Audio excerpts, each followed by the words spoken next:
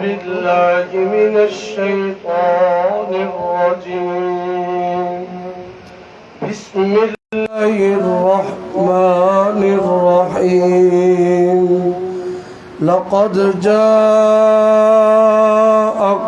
رسول من أنفسكم عزيز عليه ما عنتم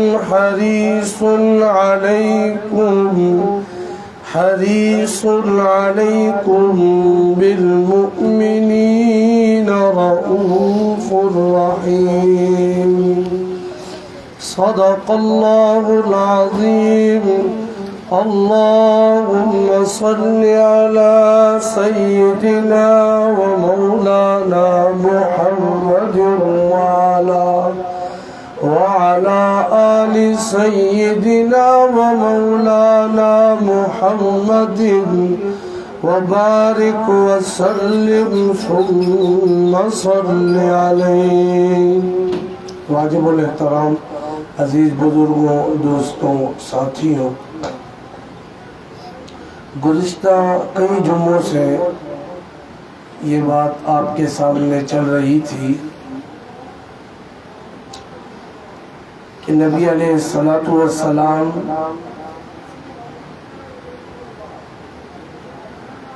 کے اخلاق عظیمہ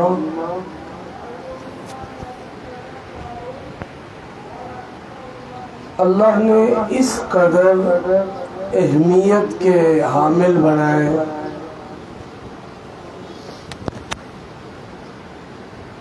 اس قدر خوبصورت بنائے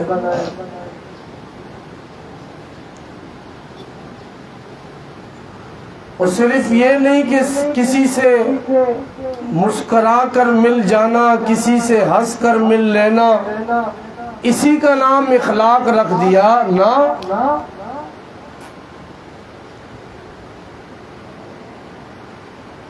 انسان اپنی زندگی کے اندر اس کا نفس اگر اسے اچھی باتوں کی طرف لگا رہا ہے تو یہ سمجھے کہ وہ اچھے اخلاق کا مالک ہے، اور اگر اس کا نفس اسے بری باتوں کی طرف لگا رہا ہے، پھسلا رہا ہے، بہلا رہا ہے، تو یہ سمجھے کہ وہ برے اخلاق کے مالک ہے اور برے اخلاق کی طرف جا رہا ہے.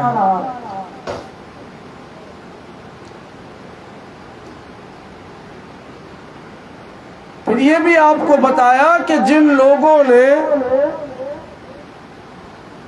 جب ان اخلاق عظیمہ کو اپنایا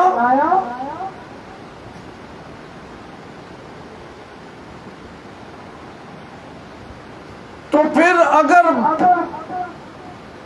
کہنے والے نے بھرے مجمع کے اندر بھی ان سے سوال کیا، ان سے بات کی، ان سے گفتگو کی، اگرچہ وہ وقت کا خلیفہ ہی کیوں نہ ہو،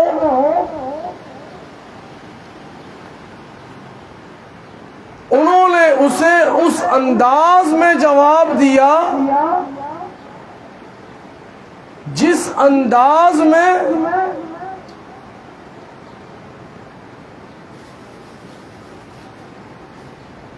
قرآن نے اپنے پیارے پیغمبر علیہ السلام کو اخلاق عظیمہ کے عظیم مرتبے پر فائز ہونے کے لیے جو نعمت عطا کی، جو درجہ عطا کیا،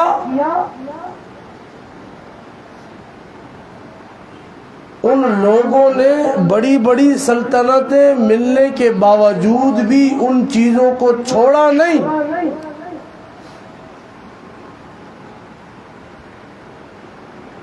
جو آیت کریمہ میں نے خطبہ میں پڑھی،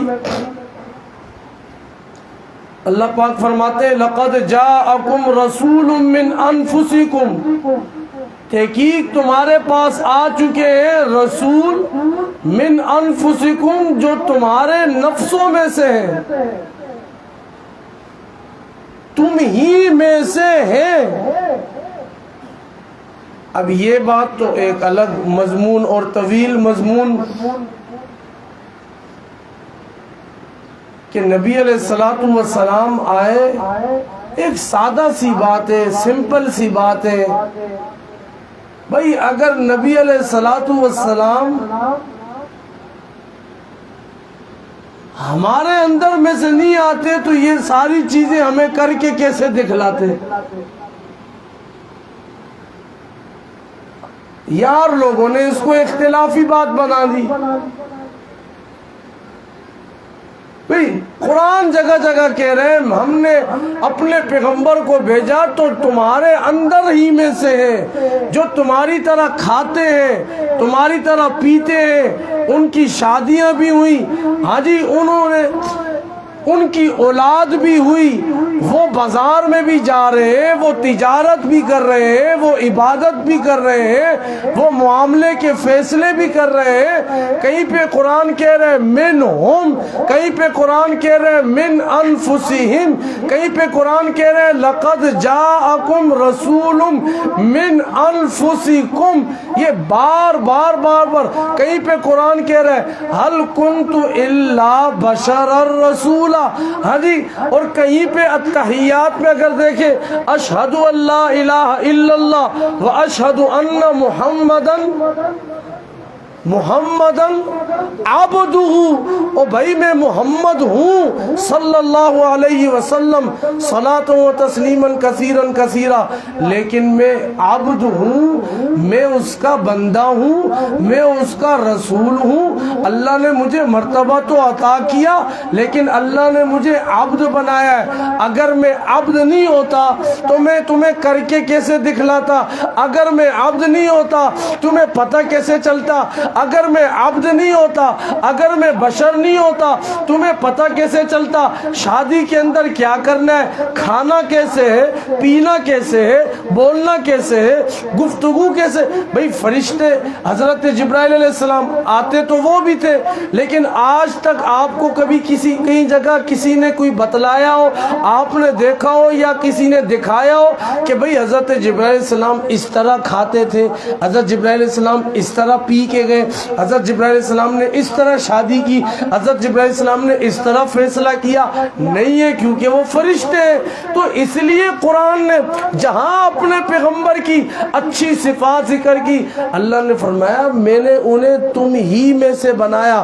ہاں یہ کہ بشر تو تھے، تمہارے اندر میں سے تھے، لیکن انہیں اس میں بھی اعلیٰ صفات کا کہ ساری کائنات کے بشر جن و انسان، ساری کائنات ترازو کے ایک پلڑے میں ہو اور ترازو کے دوسرے پلڑے میں جناب محمد الرسول اللہ صلی اللہ علیہ وسلم، آپ کے قدموں کا ایک ذرہ بھی ہو تو پھر بھی آپ علیہ الصلوۃ والسلام والا جو ترازو کا پلڑا ہے وہ کیا ہو جائے گا؟ بھاری ہو جائے گا۔ میں نے ان کو اتنا اعلیٰ بنایا۔ بہرحال اللہ کا قرآن کہتا ہے لقد جاءکم رسول من انفسکم عزیز علیہ ما عنتم حریص علیکم بالمؤمنین رؤوف الرحیم، تمہارے پاس آ چکے رسول من انفسکم، ایسے رسول جو تمہارے نفسوں میں سے، ایسے رسول جو تمہارے اپنے اندر میں سے، ایسے رسول جو تمہاری طرح ہے، عزیز علیہ ما عنتم، تمہیں کوئی تکلیف پہنچتی ہے اسے گرا گزرتا ہے، تمہیں کوئی تکلیف پہنچتی ہے اسے سخت گزرتا ہے، تمہیں کوئی تکلیف پہنچتی ہے اسے بھاری گزرتا ہے، تمہیں کوئی تکلیف پہنچتی ہے اسے بڑا مشکل لگتا ہے۔ اللہ نے پیارے پیغمبر علیہ السلام کی 3 صفات اس آیت کے اندر بیان کی، اخلاق کا بیان چل رہا تھا میرے دوستوں عزیزوں، اسی کے بارے میں یہ بات کر رہا ہوں۔ اللہ کا قرآن اس آیت میں پیارے پیغمبر کے اخلاق کا تذکرہ کر رہے ہیں۔ جو تمہارے پاس میرا رسول آیا نا، وہ میرا رسول عزیز علیہ ما عنتم، وہ جو تمہیں تکلیف پہنچتی ہے وہ اس پر باری گزرتی ہے۔ حریص علیکم، تم پر حریص ہے، تمہارے بارے میں حریص ہے، تمہارے بارے میں بھلائی کا زیادہ خواہش مند ہے۔ کیا مطلب ہے؟ مومنوں کو اگر تکلیف پہنچتی ہے پیغمبر لرز جاتا ہے، مومنوں کو اگر کوئی دشواری ہوتی ہے پیغمبر بھی مشکل میں آ جاتے ہیں، اور وہ میرا پیغمبر حریص، ہر وقت تمہاری بھلائی کا، ہر وقت تمہاری صحت یابی کا، ہر وقت تمہاری زندگی کے ہر کام کے درست ہونے کا، حریص علیکم، وہ میرا پیغمبر تمہاری خوش بختی کا، وہ میرا پیغمبر تمہاری سعادتوں کا، وہ میرا پیغمبر تمہاری بھلائیوں کا۔ حریص علیکم، حریص ہے، وہ یہ چاہتا ہے میری امت کا ایک ایک بندہ، وہ یہ چاہتا ہے میری امت کا ایک ایک بندہ، میری امت کا ایک ایک فرد، ایک ایک فرد وہ بھلائیوں کی طرف آ جائے۔ بالمؤمنین رؤوف الرحیم، اللہ پاک فرماتے وہ مومنوں کے ساتھ بڑا شفیق رؤوف شفیق، آگے فرمایا رحیم مہربان، مومنوں پر رؤوف شفیق، مومنوں پر رحیم مہربان۔ اب کیا مطلب ہے؟ اللہ نے اپنے پیارے پیغمبر علیہ السلام کے لیے رؤوف کا لفظ استعمال کیا۔ رؤوف 11 مرتبہ قرآن میں اللہ کی اپنی ذات کے لیے استعمال ہوا۔ رؤوف وہ لفظ ہے جو اسماء حسنہ میں آتا ہے، اسماء حسنہ میں آتا ہے، اور 11 مرتبہ قرآن میں اللہ کے لیے استعمال ہوا۔ ان اللہ لرؤوف الرحیم، جگہ جگہ 11 مرتبہ علماء نے لکھا ہے۔ یہ وہ لفظ ہے رؤوف الرحیم، اللہ پاک فرماتے میں رؤوف ہوں، میں شفیق ہوں، لیکن میرا یہ جو پیغمبر ہے جناب محمد الرسول اللہ صلی اللہ علیہ وسلم، یہ بھی امت کے لیے شفیق ہے۔ پھر آگے فرمایا رحیم مہربان ہے۔ اب رحیم وہ لفظ ہے جو اللہ نے قرآن میں 220 مرتبہ، اللہ اکبر، 227 مرتبہ یہ قرآن میں اللہ کے لیے استعمال ہوا ہے۔ کتنی مرتبہ؟ 227 مرتبہ اللہ کے لیے استعمال ہوا ہے۔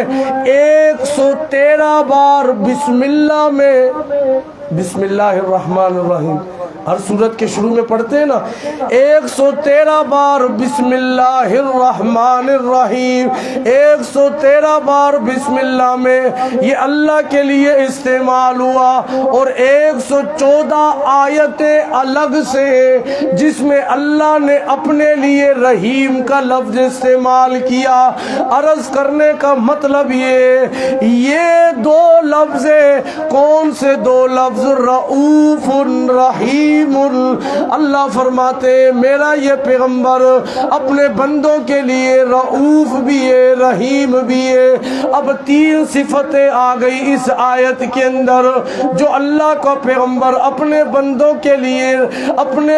کے لیے پہلی صفت، جو بھی اس کے سامنے اگر کسی مومن پر تکلیف آتی ہے اسے سخت لگتا ہے، اس پر بھاری گزرتا ہے۔ دوسری بات ذکر کی، فرمایا یہ مومنوں کے لیے، مومنوں کی سعادت کے لیے، مومنوں کی نیک بختی کے لیے حریص ہے۔ تیسرے نمبر پہ فرمایا یہ مومنوں کے لیے شفیق بھی ہے، مہربان بھی ہے۔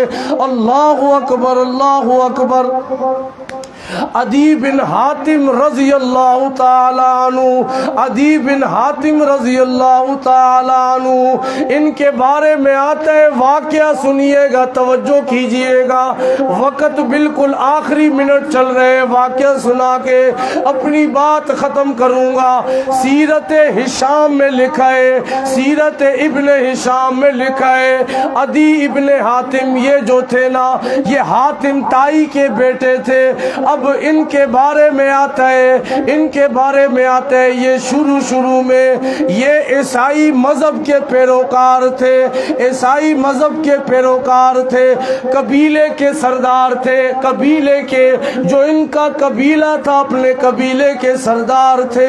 اب چلتے چلتے کسی نے انہیں بتایا جی فلاں جگہ پہ جناب محمد الرسول اللہ صلی اللہ علیہ وسلم نے نبوت کا اعلان کیا ہے، نبوت کا دعویٰ کیا ہے۔ جب ان کو بتلایا گیا محمد عربی صلی اللہ علیہ وسلم کے بارے میں، آگے سے کہنے لگے مجھے شدید نفرت ہے ان کے نام سے، الیاذ باللہ۔ یہ حاتم ابن تائی، حاتم تائی کا بیٹا عدی کہتا ہے اللہ اکبر اللہ اکبر۔ یہ واقعہ عرض کرنے کا مطلب کیا ہے؟ لوگوں کو قرآن کے ذریعے، لوگوں کو اخلاق کے ذریعے، لوگوں کو نبی کی تعلیمات کے ذریعے اپنی طرف لانا پڑے گا، پیغمبر کی تمام تعلیمات پہ عمل کرنا پڑے گا، پھر کہیں جا کر اللہ کی رحمتیں برسیں گی۔ اللہ اکبر اللہ اکبر۔ اب یہ کہنے لگے جب ان کی فوجیں نبی علیہ الصلوۃ والسلام کی فوجیں مدینہ کے ارد گرد نکلنے لگی، اللہ کے نبی علیہ السلام مدینہ کے ارد گرد فوجوں کو بھیجنے لگے، کوئی فوج ادھر جا رہی ہے، کوئی فوج ادھر جا رہی ہے، کوئی فوج اس طرف جا رہی ہے۔ اب یہ کہنے لگے میں نے اپنے عربی غلام سے کہا، یہ عدی کہتا ہے میں نے ایک اپنے عربی غلام سے کہا او تیری خیر ہو، کہنے لگا یہ اپنے عربی غلام سے میرے لیے موٹے تازے اونٹ، تیز رفتار والے، جو رفتار میں تیز ہو ان کو تیار رکھنا، اونٹوں کا غلہ تیار رکھنا۔ جو ہی ان کی آمد کی اطلاع ہو، جیسے ہی پتہ چلنے لگے ان کا لشکر ہمارے قبیلے کی طرف آنے والا ہے، ان کی فوج ہمارے قبیلے کی طرف آنے والی ہے، مجھے ضرور بتانا۔ اب ایک دن یہ عدی کہتے ہیں، ایک دن وہ دوڑتا بھاگتا آیا، ہانپتا ہوا آیا، کہنے لگا وہ محمد صلی اللہ علیہ وسلم کے لشکر آ گئے، ان کی فوجیں آ گئی ہیں۔ اب عدی آگے سے اس نے اپنے وہ جو اونٹ تیار کر رکھے تھے، وہ سارا کا سارا ساز و سامان اس نے تیار کیا۔ اس نے اونٹ اسی لیے تو تیار کروائے ہوئے تھے، اپنے اہل و عیال کو ضروری سامان کو اونٹوں پہ لادا، شام کی طرف چل نکلا، کہنے لگا شام میں تو وہ لوگ ہیں جو میرے مذہب کے ماننے والے ہیں، اب میں یہاں نہیں رہ سکتا، وہاں پہ نکل گیا، وہاں چلا گیا۔